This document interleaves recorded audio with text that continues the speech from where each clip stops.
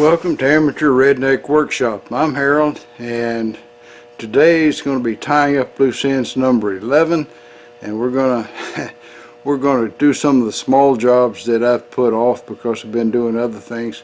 I worked over that plasma table trying to get everything, all the kinks ironed out till I ran out of consumables, and they're on the slow boat from the country YouTube doesn't want me to mention, and no telling when they'll arrive. And I thought, well, it's good that it's taking a long time because I need a break.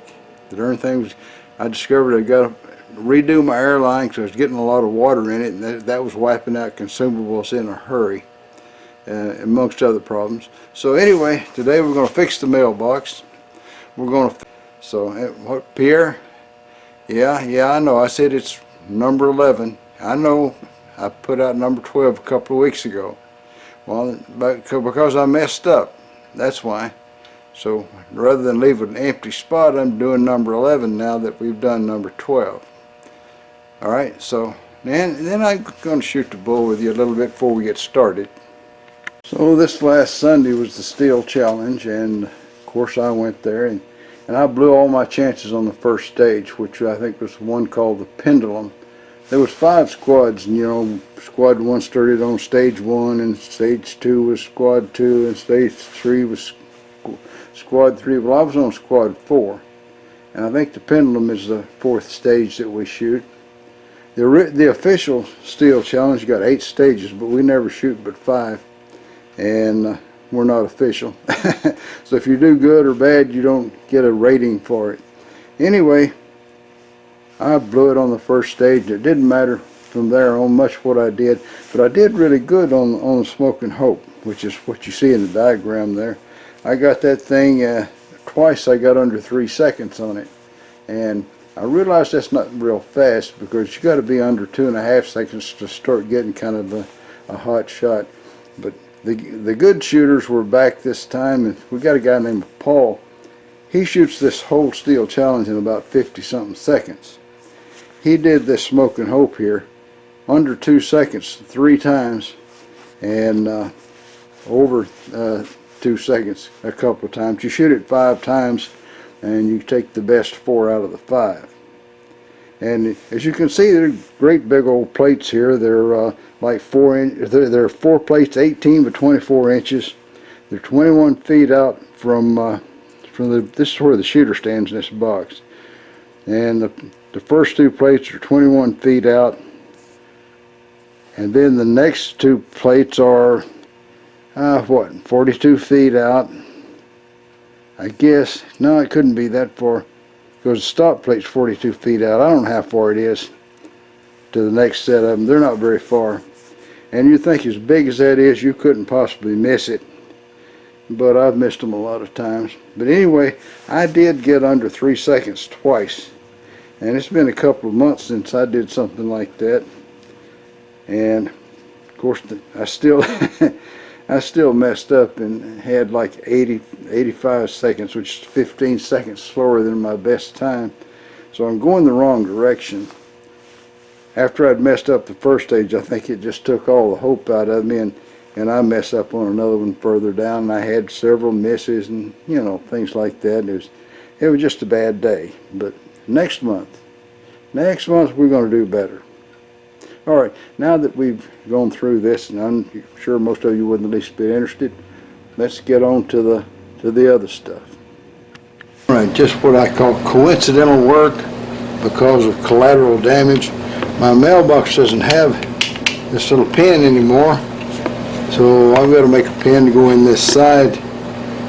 Either somebody's out mailbox bashing and knocked the door off, or driving careless and knocked the door off. Either way, somebody hit the mailbox because the end of the little post was popped out and all that sort of thing. And I'm going to make a piece like, sort of like this thing, not like it, but sort of. This thing's made to fast assembly. I'm going to make a piece that's made to hold. I need a piece of plastic to make a little bolt, and this is what I've got. It's huge. I'm going to have to waste a bit. So I cut a piece off of it, and we'll chuck that up in the 3-jaw chuck, and we will make a plastic nut out of it if it kills us, which it might. You never know.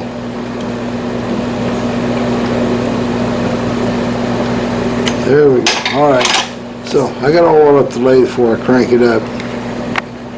Okay, we'll turn it down until it gets to 3/8. That's a lot of waste.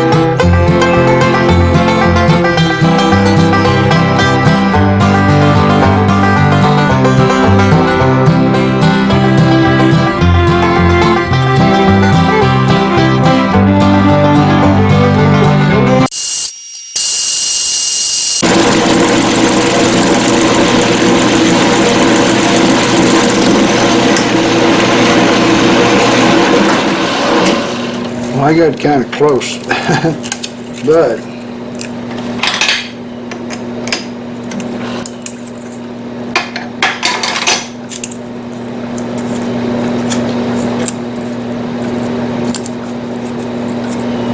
well, it's got a big flange. I could, you know, have made this by getting a 3/8 bolt, drilling a hole in it, or just get a 3/8 bolt and put a plastic lock nut type nut on it and put it out there in the mailbox. That would have been done hours ago. Well, not hours, but half hour ago or something anyway. But I didn't.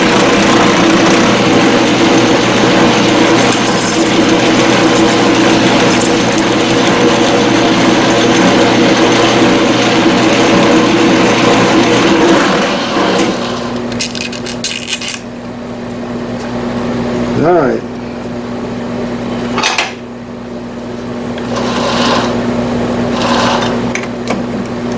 It's a little bit thicker, but we'll pretend that's what I really wanted.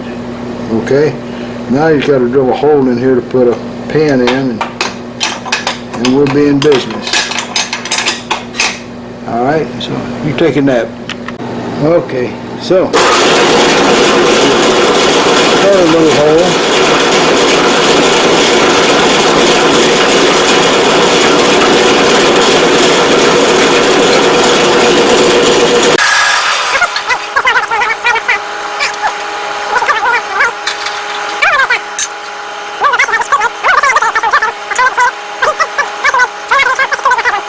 Alright, you got a drill bit choked up in there.